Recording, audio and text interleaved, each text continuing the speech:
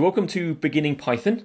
I'm going to give just a minute first to check that everyone's got Anaconda started up and have able to launch it and get it all working. So just take a minute now to start Anaconda Navigator, and if you can, also start JupyterLab. And in just a moment, I'll start going through that myself, and those who haven't got it set up themselves can hopefully follow along and be ready to get started.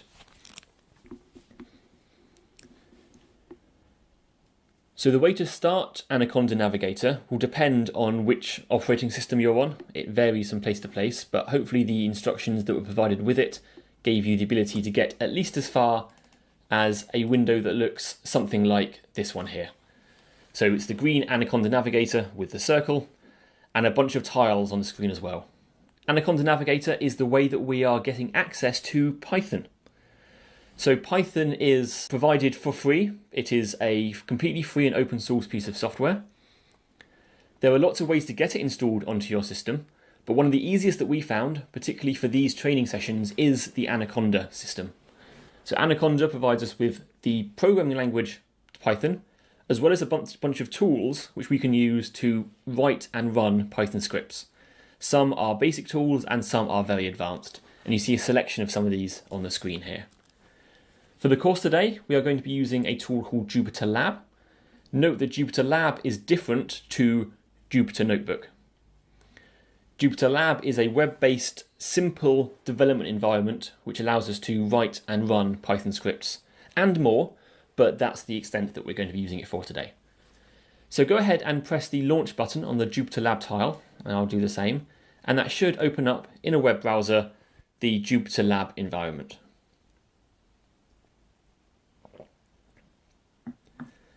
Takes a few moments, you see, your web browser should pop up.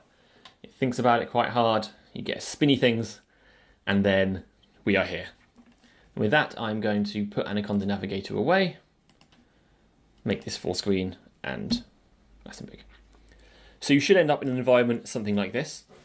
If you've already followed through the video explaining how this stuff gets set up, then you'll automatically be left in the environment you last left it in. So it should all be laid out correctly. So the things we're going to be doing in the session today is writing Python scripts and running Python scripts. So there's two different tools that we are going to be using. Firstly, we're going to be using the text file environment to write our Python scripts. So I click on text file, and that has opened up this whole window here as a text file. It's just a text editor. I'm then going to open a terminal. To do that, I click in the plus in the top left, and then at the bottom here, I press terminal. I now have a terminal covering my screen. To make it easier to see everything that's going on at once, I'm going to click and drag on the terminal tab over to the right hand side so that I have the text editor on one side and the terminal on the other. This is all covered in the first video that we sent out, so if anything here isn't working or you've just missed what I did, feel free to have a look at that first video. It's only a few minutes long to catch yourself up. I'm just going to do something which you don't need to do, so ignore this. It's because I've got my files in a special place to avoid confusing things. There we go.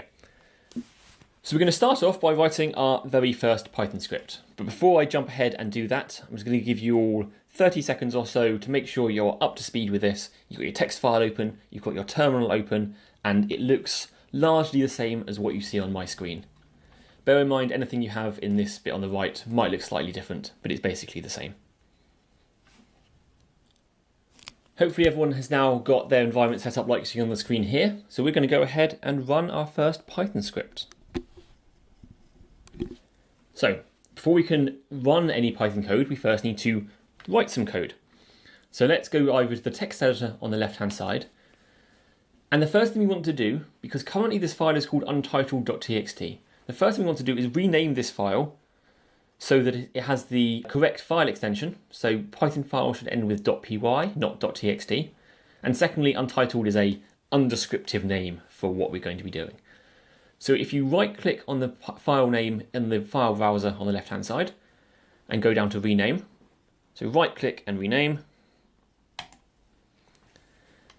And we're going to select all of that text, including the .txt, and I'm going to call it script.py. And then press enter. And you'll see it's renamed here and it's renamed up here. You should also see that the little icon next to it has now changed into the logo of the Python programming language, so we know that it's understanding that this is a Python file. With that, we can go ahead and start writing our Python code. We're going to start with what is probably the simplest Python program you can write, and I'm going to explain the different components that go into it, and from there we're going to build up into more and more advanced scripts as we go through the session this afternoon. So the first thing we do is write the word print. All lowercase, and without any spaces before or after the word, and we follow that with an opening and a closing round bracket. This is the print function. Functions in Python are usually lowercase. They can't have any spaces in the name of the function, and a function is called by following it with an opening and a closing round bracket. Some functions don't take any different parameters or arguments, so they don't have anything in between the round brackets. The print function, however, does take arguments, and the arguments it takes are things that we want to display onto the screen. So to give information into the print function, we have to put something in between those two round brackets. So what we're going to put inside there is some words. We're going to ask it to display some words onto the screen. The way that you represent words, or as they're known in Python, strings, is using pairs of double quotes. So if you do a double quote and another pair of double quotes, and then in between them we write hello. So what we have here is the word print, followed by an opening round bracket saying that we are calling the function. Then we have the thing that we're giving to the function, the information that we want the function to process, followed by a closing round bracket to say that we've finished giving information to the function. You'll notice here that the text has been coloured green and red and so on. The specific colours aren't really important, it's just the way that the text editor gives us a bit of information, so it's telling us that it's understanding what's been written. Other editors that you can use won't have this particular colours. They might use blue and red or blue and pink or any other colours in principle. The other thing to note is that the text here is just plain old text. There's nothing special about the program that we're running this in. We can write Python scripts in a basic text editor like Notepad, or you can use advanced integrated development environments like Visual Studio. All of them work in the same way. They're writing simple text files which are then going to be interpreted as Python code. So in order to run this script, first thing we need to do is make sure it's saved. So one way to do that, I think, is to go to File and Save Python File. Make sure you always save your scripts before you run them. Now that we've saved that file, we can go over to the terminal. So we're going to write our Python scripts on the left and run them on the right. To run your Python script, there's a few different ways you can run your Python script, and I went through the options for that in the second video that was linked and it's been posted in the chat. So if you get any errors coming up, go and check out that second video, and that will explain what the other methods are and what kind of error message you might see, and have a go at them, and if that doesn't work, let us know in the chat and we'll give you a hand. But the way I'm going to be doing it on my screen is by running the program Python. So I just write the word Python, ignore the $sign, that's just something that's built into my terminal, that's there by default, you see, that's just telling me that this is a terminal.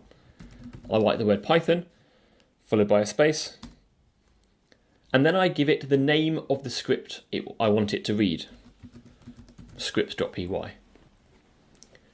And so what's going to happen here is that this program here, which is called Python with a lowercase p, is going to read the file that I give it, which is this text file over here, and it is going to read that file one line at a time.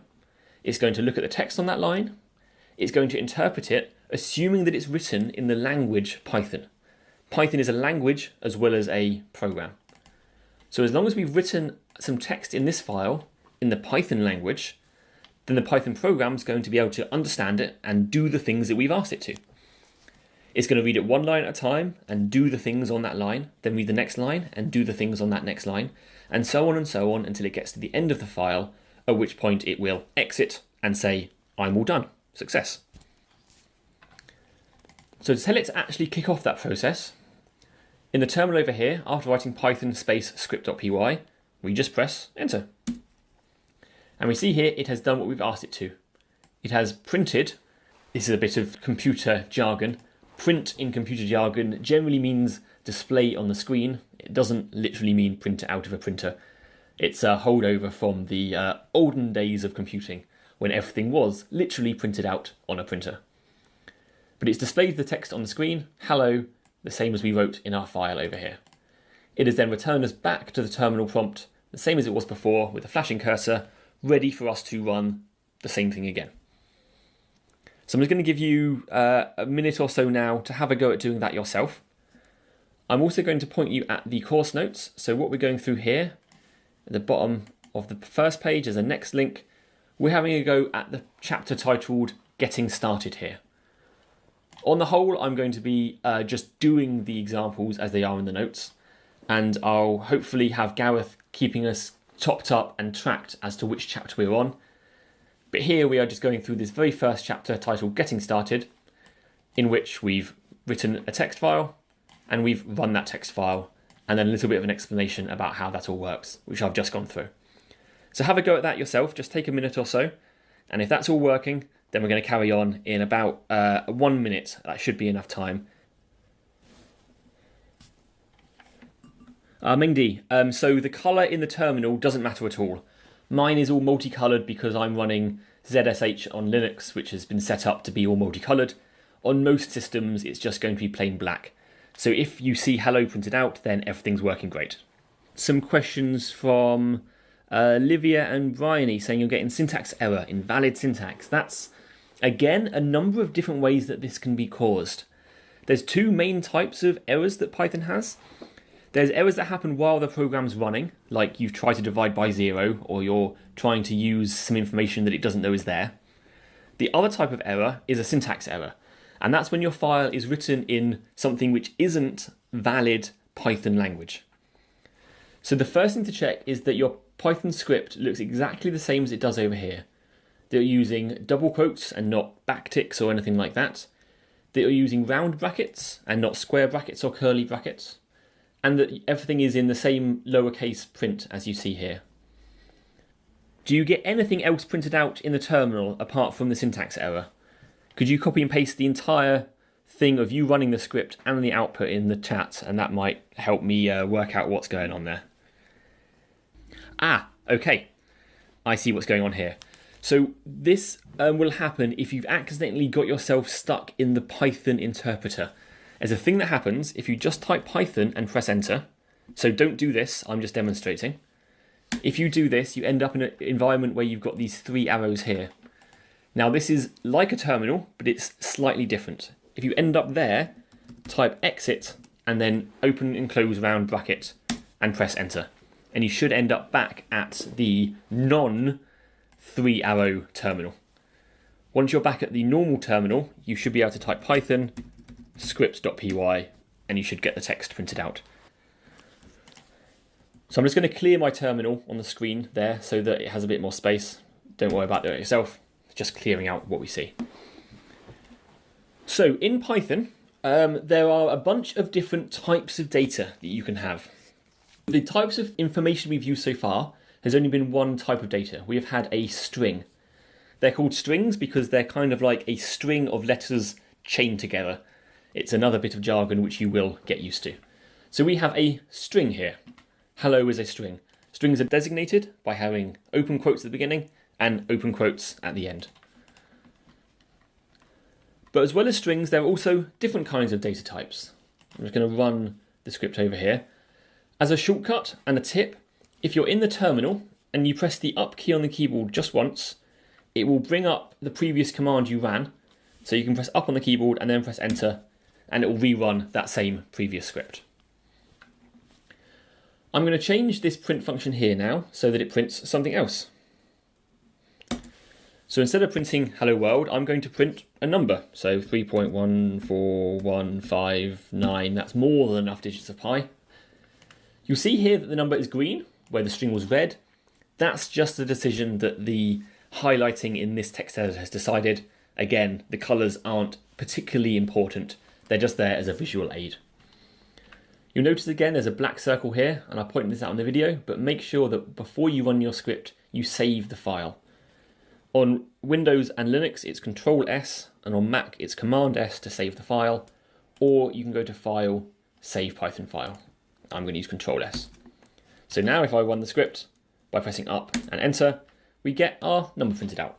Okay, so we've got strings, we've got numbers, and we also have integers, which don't have decimal places.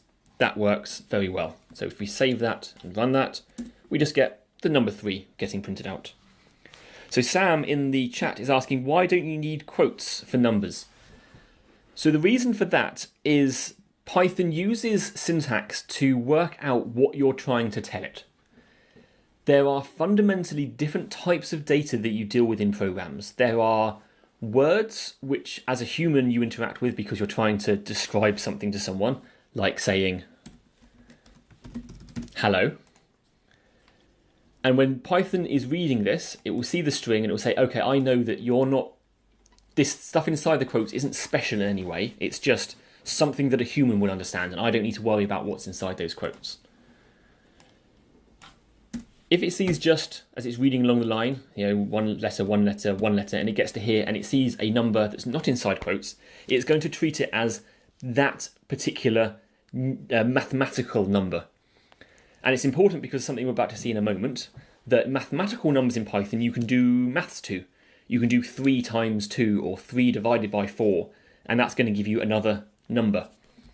Whereas something like hello, it doesn't make sense to divide hello in quotes by 3 because there's no description of how you divide a string by a number. And so by being explicit from the beginning about what kind of data you're dealing with, it lets Python know what kind of operations can be done to it. A thing to be aware of is that the string 3 is different to the number 3. This one up here, Python will just see as some words which humans understand and it doesn't have to care about. This second one here, it will see as the mathematical number 3 which it can do something with. So anytime you're dealing with numbers in Python, generally you won't put any quotes around it because you want the mathematical concept to be the thing that you're talking about. That said, it is sometimes useful to be able to talk about the types of data you're dealing with in a more kind of abstract sense. So in that example there, we just had a print function and we were just throwing the thing that we wanted to be printed straight inside those double brackets, and it was reading whatever we passed in and it was printing out to the screen. It's quite common to want to give names to your data so that you can refer to it multiple times, or to work as an aid to the reader so they understand what's going on. So for example, 1.3.14, that's good enough. Here we have a Python script which doesn't do anything, it's simply a number. So this here is a piece of data. We can give data names by assigning what's called a variable. And the way that you assign a variable to a piece of data, or assign a name to a piece of data, is by writing the name of the variable you want to create, followed by an equal sign, followed by the piece of data. So this is going to make a new name pi, which contains the value 3.14. This means that later on in our script, we can write print, and instead of writing 3.14, we can go ahead and replace the number literal that we would have put there with the variable name pi. And so when print pi gets read by the Python interpreter, it's going to say, okay, here's some letters. They're not numbers, they're not in quotes, so this must be a variable name. It's going to look up what that variable name is. It's going to see that it's this value here. And so 3.14 is what is going to be printed. So if I save this file and run the script, we see that it prints out 3.14. From the outside, it's looking basically exactly the same, but inside, we've broken it up into two parts. The parts dealing with our data and the part dealing with our output. So take a minute or two now to have a go at that yourself. Take any print function you want to do, anything that you'd want to print, but break it up over two lines. One line which takes that thing that you want to print and gives it a name, and then another line which has a print function which accepts that name as an argument and check that it prints the correct thing to the screen. Be aware that variable names can't have spaces in, they can't start with a number, and there's a few other constraints which you might find as you go along.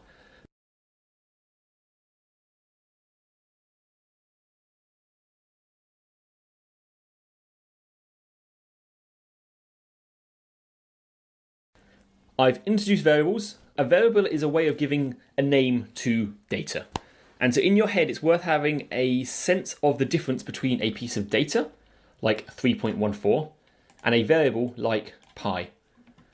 They can often be used in the same context, but they're fundamentally different elements of the language. So it's worth kind of working out in your head as we're going through the exercise, thinking about how data and variable names differ from each other. We've always seen a few ways.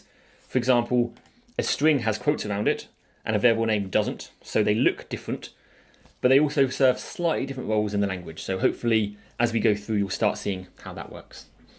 So I'm going to delete all this text and start with something different. So let's make a variable called distance in miles. And you'll see here I've used underscores between the words. There's a convention in Python to write your variable names as lowercase, to use full words in your variable names, and anywhere where there would be a space to use an underscore. Other languages have other conventions, but this is the general convention in Python, and it's the one I'll be following. And let's give it a value 30. So here we just have a number 30, which has no context or no information about it. Because we've got context here in the name of the variable that it says distance in miles, that tells us what this 30 actually represents. And so it's useful when writing Python scripts to give your variables descriptive names, because it will help you understand what the numbers actually mean. If I want to make another variable called distance in kilometers, I could go ahead and just assign this a value. Now I don't even know what that would be, but it'd probably be something like 50 or so. But of course that is not using the computer to my advantage. I could Google it, find out what 30 miles in kilometers is and write the value in here.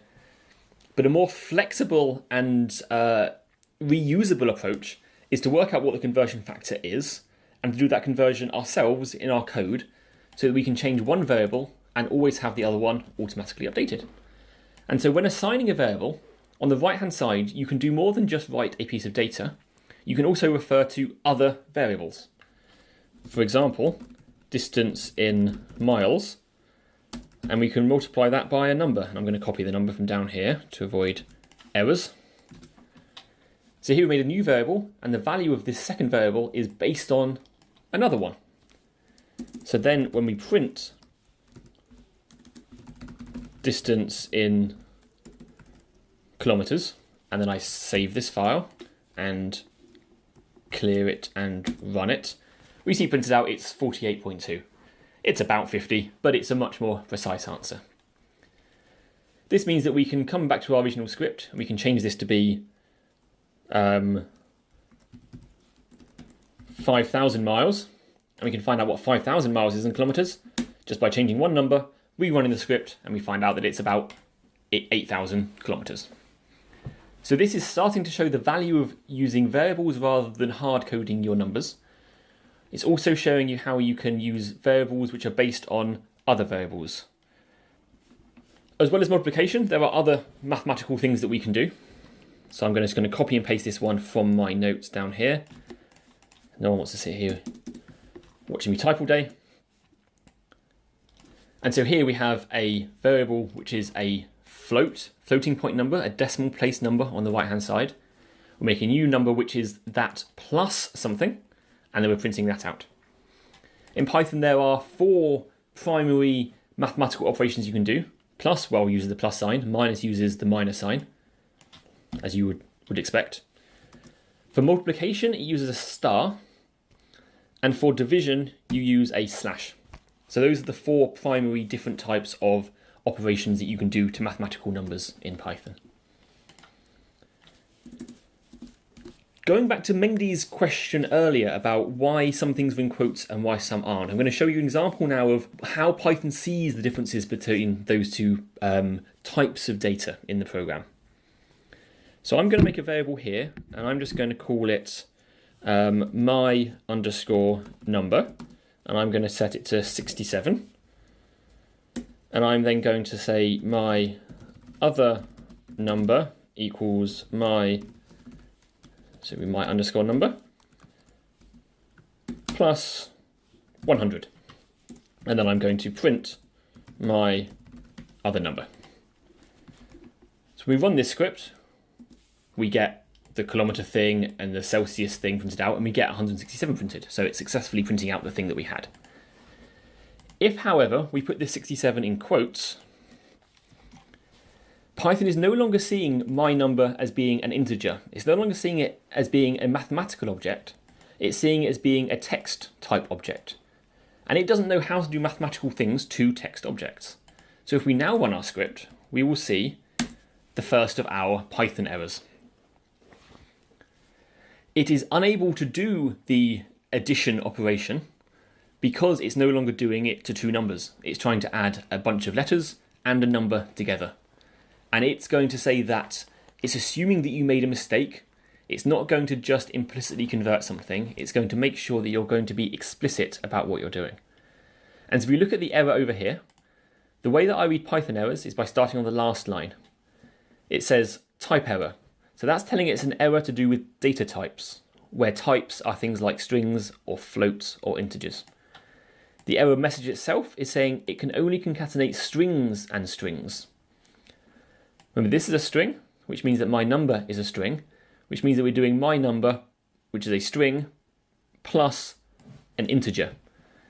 And so it's interpreting this as us trying to take one set of letters and stick another set of letters on the end. And that's what concatenating string to string would mean. Concatenate means stick next to each other. However, it's finding an integer, and so it's saying, I don't know how to do that, and so I'm going to bail out and stop. And when you get an error like this, the program will stop running, it will return you back to the terminal, and it will print an error like this on the screen so you can work out what's going on. So always start with the last line, because sometimes that's enough to let you know exactly what you did wrong and to let you know what's going on. If you've got a long program where your errors can crop up in all sorts of different places, it's worth looking at the lines above, which tell us where the error came from. This line here tells us which file we were on, which line we were on. We see it's on line 14. This is why programmers always have the line numbers turned on in their text editors. And then this line here in the output is the exact line that we had in our text file to give us context, to let our brain jump back to the error a little bit more quickly. So with that, I'm going to ask you to have a go now at the exercise at the bottom of the data types chapter. So there's an exercise there to edit script.py so that it's made up of adding two strings together. So originally it said hello Python. In fact, I'll show you how it looked beforehand. It had something like my words equals hello Python, and then it was print my words. It might have had a different variable name, but that is not important. So have a go at taking this little program here, but breaking up this line here into two separate variables, one which has the word hello in, one which had the word Python in. Make a third variable, which is those two things added together, and then print that out and make sure it looks how you expect. Once you've done that, carry on to the end of that data types chapter. There's a section there on printing multiple things. So have a go at that, reading through that, and having a go at that exercise as well. Mengdi there has a question about, is there a difference between my underscore words and my words with or without the underscore? So the first thing I would say to that question, Mengdi, is the best way to find things out is to try them for yourself. You'll often discover something really interesting if you have a go with something and it works or doesn't work how you expect. That said, I will go through that with everyone because I think it's an interesting thing to look at. So here we made a variable called my underscore words. If I delete that underscore and put a space and put a space here, and then we try and run this script. I'm going to clear this and run the script. We get a syntax error. And the reason we get a syntax error on that first line is because Python starts reading at the beginning of the line. It sees the word my, and that's a variable name by itself. So the only thing that's able to follow a variable name by itself at the beginning of a line is an equal sign. It only makes sense if you're immediately following it to assign this variable a value. Because it sees the space as a break between two different variables, it's expecting there to be an equal sign next and not a space and some words. So this is telling us, the fact that we get a syntax error here, that my space words doesn't get seen by Python as a single thing. It gets seen as two separate things, a thing called my and a thing called words. And because they don't make sense next to each other, it's not understanding what you're trying to say here. So we need to put an underscore in. Sorry, an underscore. If we try that again, we'll probably still get an error. We do, but this time the error is on this line here because the same thing's happening. As an argument to the print function, it's expecting a single variable name. Here we're giving it two variable names separated by a space. It doesn't know what that means, and so it's going to give us a syntax error. So we need to have underscores. We could do it without any underscores at all and no space. That would work perfectly fine as well. The underscores are just there for visual clarity. Okay, so I'm going to show the answer to that exercise you were just working on. Hopefully you had a chance now to have a go with it. So as I explained to Mengdi, underscores are used for visual clarity and you can't use spaces in place of them. So we have our string here. We are going to change it into word 1, which is going to be hello. It's going to be word 2, which is going to be Python. And then my words is now word 1 plus word 2. We save and run this. And we see hello Python printed to the screen. The last section on that page was taking this example and making your life easier. You'll notice that you had to put a space here because when you add strings together, it doesn't automatically put a space in for you. If we get rid of that space and run our script, we get hello Python, all one word, which is not usually what we want. So what we can do with the print function is get rid of this line entirely and simply print word 1, comma, word 2. The comma here is telling the print function that we're giving it two separate variable names.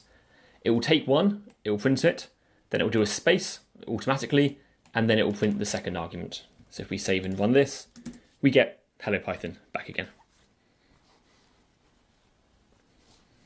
With that, I'm going to move on to the next section. At the bottom of that page there, if we press next, and we go down to the bottom, we press next, we end up on a chapter called lists. So this is when we start getting a little bit more interesting with things. So far we've been dealing with single pieces of information, a single number or a single set of words, a single string.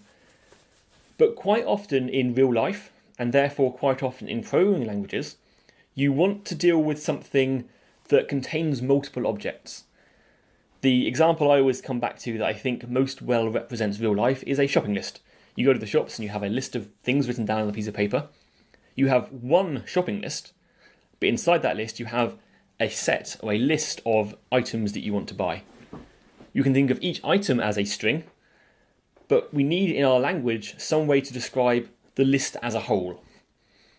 The way we do that in Python is with a thing called a list. A list is a built-in type in Python, and it's what's called a container. It contains other pieces of data. So I'm going to switch back over to my editor, and I'm going to make a new file. So I'm going to go to File, or not File, I'm going to click on the launcher, and put it here, and make another text file. So I've still got my old file here, but my new file here, I am going to rename it to list.py. So it's called list.py at the top, and then we can go ahead and close script.py. We don't need that one anymore. So I'm going to go ahead and make one of these containers.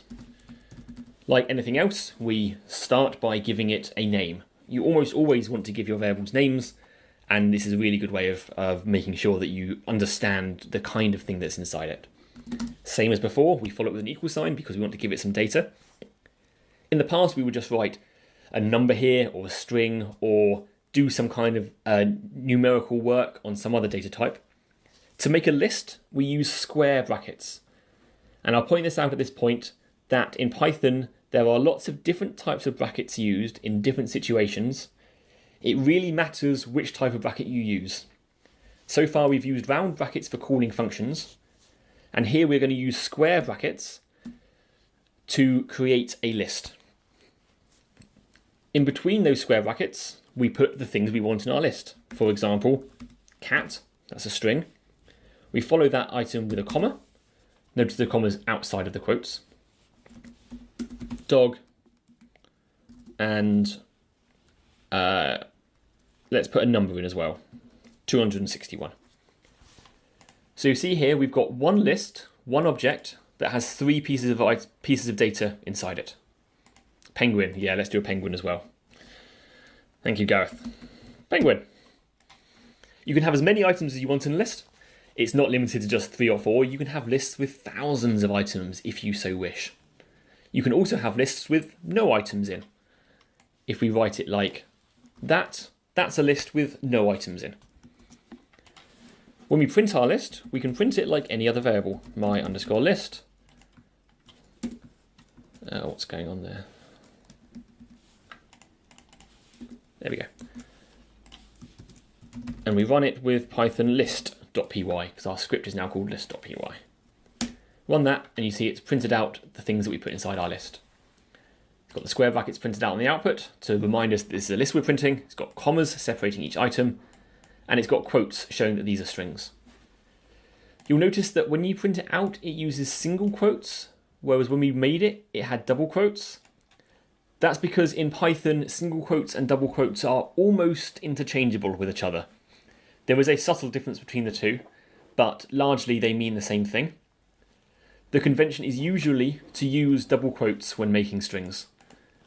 However, regardless of what you make your string with, when it prints out, it will print with single quotes due to an older conventions. You know what conventions are like, they change every week.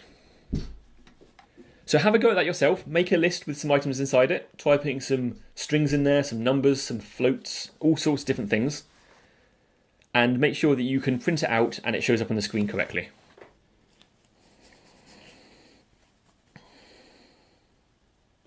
Okay, so hopefully you've all managed to print a list out and that's all working for you. So we're going to move on and do something a bit more useful with a list than just making a block of a list and then taking that whole list and showing it to you on the screen.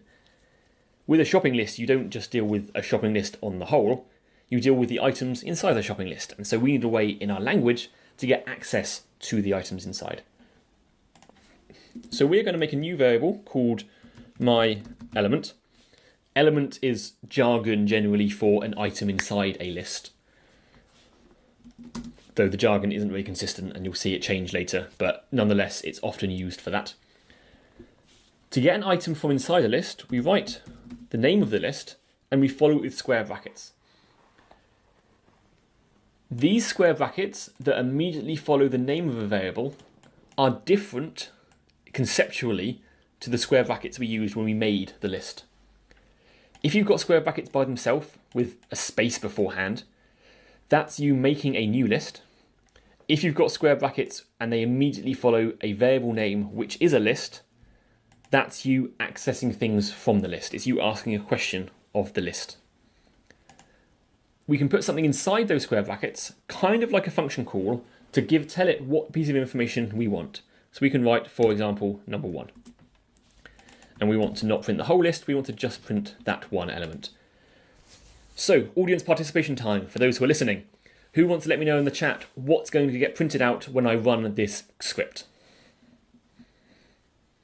And don't be shy. Okay, we've got some cats and some dogs. So those who are saying cat might be confused about how it could possibly be dog. Let's run it and find out what actually happens. We do indeed get dog. The reason for that is that in Python, everything starts counting from 0. When you're talking about elements in a list, the first element is actually the 0th element. This is item 0, this is item 1, this is item 2, and this is item 3. Everything in Python starts counting from 0, and it is very consistent with that, and so it's a thing that's worth remembering. If we change this to myList 0, at this point we should indeed get cat printed out. By that logic, if we want to get penguin for Gareth there. If we do it with number 3, we should get penguin printed out. Next pop quiz. What happens if I put in 7? What's going to get printed out here? Any guesses? Great, everyone's telling me that it's going to print an error. I expect by this point many of you are used to seeing errors because Python does throw them at you quite readily if it thinks you've done anything even slightly wrong. Over time you will learn to appreciate and love Python exceptions and errors, but when you're learning it can feel like you're being told off. The thing to remember is that it's just trying to tell you that it doesn't understand what you're telling it, and that it's thinking you might have made a mistake and it's trying to give you the information you need to fix it. Let's run this and find out. We do indeed get an error. Like before, we start reading at the bottom line. It is an index error. It's called an index because this operation with square brackets is sometimes called indexing. The actual text of the message here, list index out of range, is telling us that the list, my list, the index we're asking for, 7, is outside of the range of valid numbers.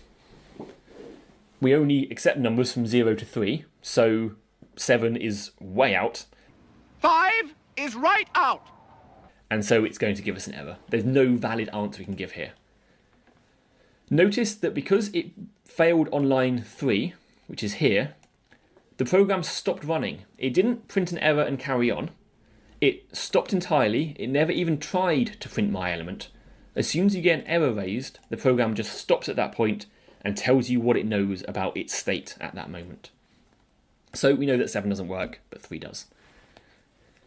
So far we've dealt with 0, 1, 2, 3. Those all worked. We've tried bigger numbers, 4, 5, 6 and 7. Those don't work. What do you think happens if I put in negative numbers?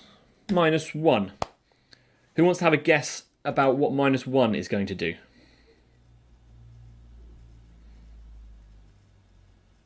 Costas thinks penguin, and you're not sure. Ricardo's guessing the same thing. Let's find out. Let's run it. We do indeed get penguin. We get the last element. So the designers of Python realised that all the positive numbers, including 0, if you count 0 as a positive number, are potentially valid inputs, depending on how big the list is. But you would never have any meaningful meaning applied to a negative index. It just doesn't make sense because we are counting. We aren't dealing with mathematical comparisons and so on. So they realised that because all the negative numbers are free to be used and they don't have any ambiguous meaning, you can use negative numbers for whatever you want. And they decided that -1 should mean the last item. And in fact, beyond that, negative numbers just count backwards along the list. So -2 will give us 261, -3 will give us dog, and -4 will give us cat. If we try and go to -5, we'll see that once again, we get an error. I'm just going to clear my screen up so that it doesn't disappear off the bottom. -5 gives us an error because indeed there's no negative things over here. It doesn't just loop around forever. It's bounded by the size of the array. The last thing I want to show you on this section, which comes to Rachel's question, and I'll come to your question in a moment, Rachel, once I've covered the basics of slicing, and that is, so far with indexing, we have simply selected individual numbers. We've asked for this element, or another element, or we've asked for something which doesn't exist by going off the beginning of the list or off the end of the list. It's quite common with lists or with any kind of container which has things in an order to want to grab a selection of items. So let's say we wanted to select items dog and 261. We can do that by using what's called a slice. It uses the same kind of syntax as we have here. So we still use the square brackets, but inside the square brackets we tell it where we want to start selecting from and where we want to end selecting from. So we want to select from here to here. So dog is item 2, and we want to go as far as, but not including, penguin. Dog is item 1, see, even I get mistakes. And we want to go as far as, but not including, penguin, which is item 3. The way I like to do the numbers here, because 1, 3 doesn't intuitively say to me those two items, is that I count the commas in the list as a way to remember what numbers I should put here. I imagine there's a 0th comma here because 0 is invisible, so there's no comma. So this is comma 1, this is comma 2, and this is comma 3. So if I want to select from this comma to that comma, I do 1, 3, and that's going to give me this slice of the list. So when I print this, I get dog and 261. It's this subset of the list. Now, coming to Rachel's question, she asked, is there a way to get, say, the last 3 elements? Because if you do -3, -1, it will print the last 3 and 2 elements, but not the last element. Okay, so let's work up towards that question. So here we've got 1 and -3. If you remember earlier on, number 3 referred to penguin, but also number -1 referred to penguin. So we can replace that 3 with -1 and say we want to go from comma 1 to comma -1. A little bit confusing, I know, but the more you do it, the more you'll get used to it. So this is going to give us that same set of numbers. Likewise, this is comma -1, -2, and -3. We could change this to be -3, -1, and we print this, and we get the same bit of information. Now, Rachel was asking, how can we get it to include penguin as well? If we change this to a 0, that's not going to work. It's going to try and go from here to here. There's nothing to represent this comma at the end. It's going to try and go backwards. And in fact, if we try and do this, it will give us an empty list because we've tried to index backwards, and so it's just going to fail. If we want to go right to the end of the list, there's a special shorthand, and that is you just leave that space there blank. You say go from -3 to infinity, effectively. And so when we run this, it's going to do dog, 261, and penguin. Likewise, if you do a blank at the beginning, it represents the beginning of the list. So just a colon by itself inside square brackets means right from the beginning until right at the end. So have a go at these exercises on this page here, the lists chapter. So get through as far as the slicing section if you can.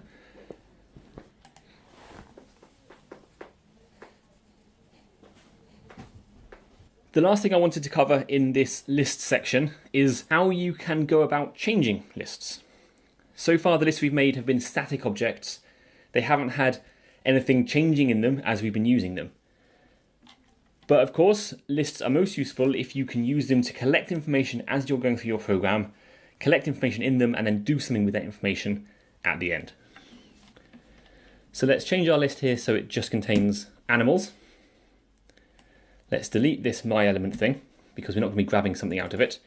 And let's print my list. This is now just going to print cat, dog, penguin. Let's pretend that what we're doing here is making a list of the animals that we have on our very strange farm. It's got cats and dogs and penguins. Maybe it's our pets. Maybe we've got a pet penguin. Maybe we're that lucky. In order to add something to a list, we write the name of the variable and follow it by a dot. After the dot, we write append. Append is a function, and so it takes brackets to call the function, just like print does. Inside those brackets, we pass an argument, which is the next thing that we want to add onto the list. Someone give me an example of an animal to add in here. Rat, there we go, wonderful. So when we run this, we will see we get cat, dog, penguin, and rat, all our pets. So what's going on here is we are referring to our list. This is the object, this is our data container that we have. By writing .append after it, we are calling a special kind of function, which is often called a method. That's just a bit of technical jargon, but they are relatively interchangeable terms, method or function, on our object.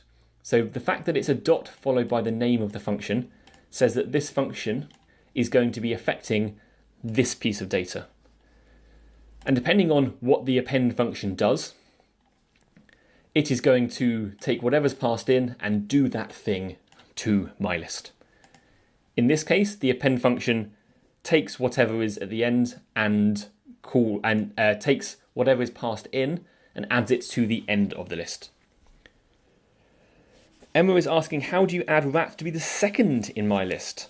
So there's two ways of interpreting that question, and I'll try and cover both of them. One is that maybe you are asking how you can overwrite the second item.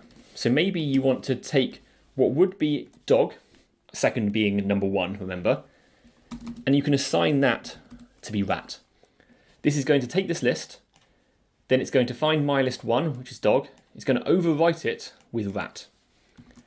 If we run that, we see that dog has become rat. If, however, you want to insert it into the list, this is where I can't remember everything. I believe there is an insert function. Let me just Google it, because that is how we learn. Python insert list.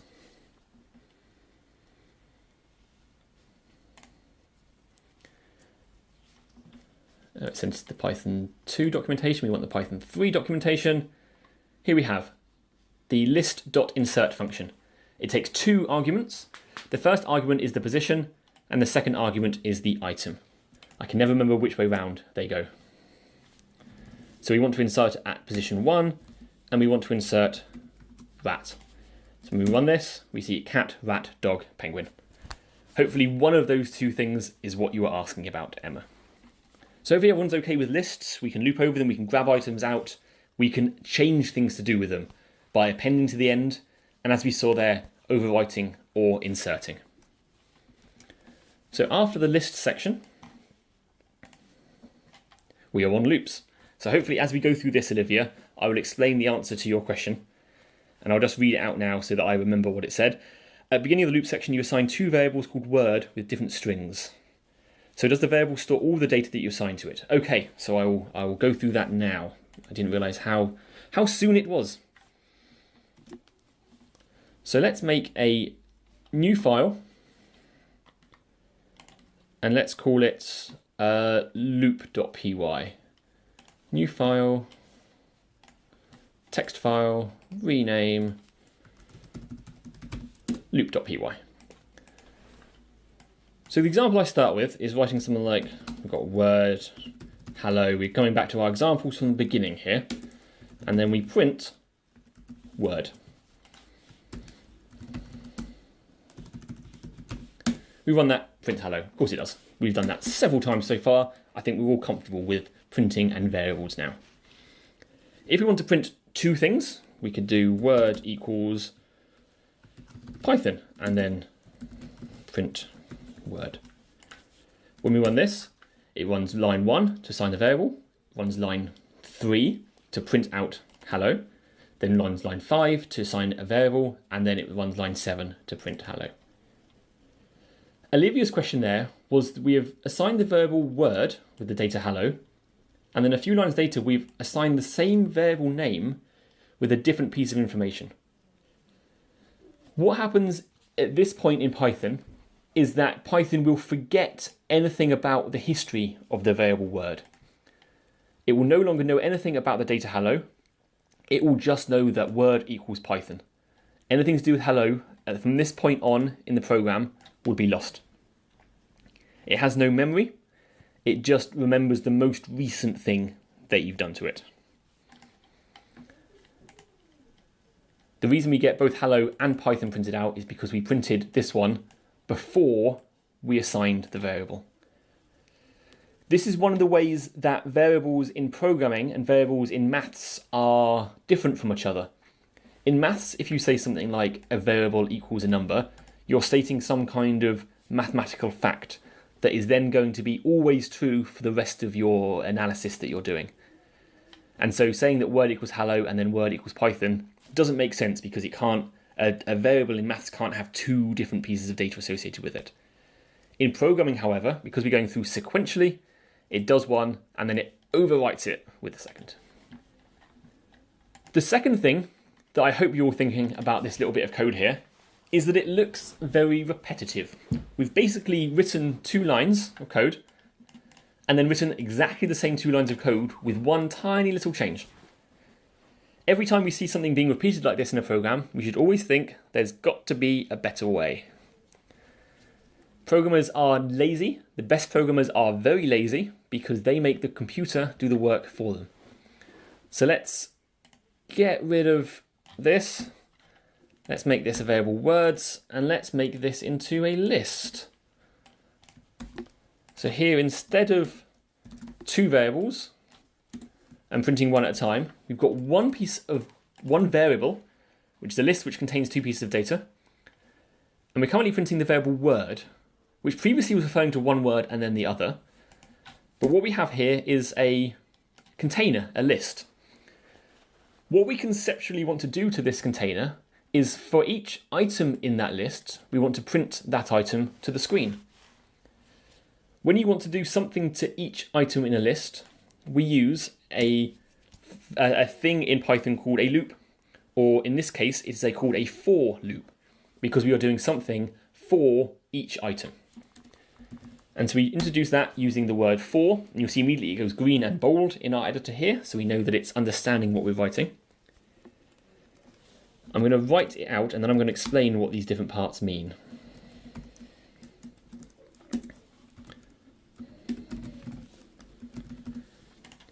So the way I like to think about the structure of a for loop is first we just look at this line up here.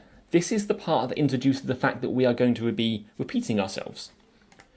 There's 5 different things in this line. 1, 2, 3, 4, and then the colon at the end, number 5.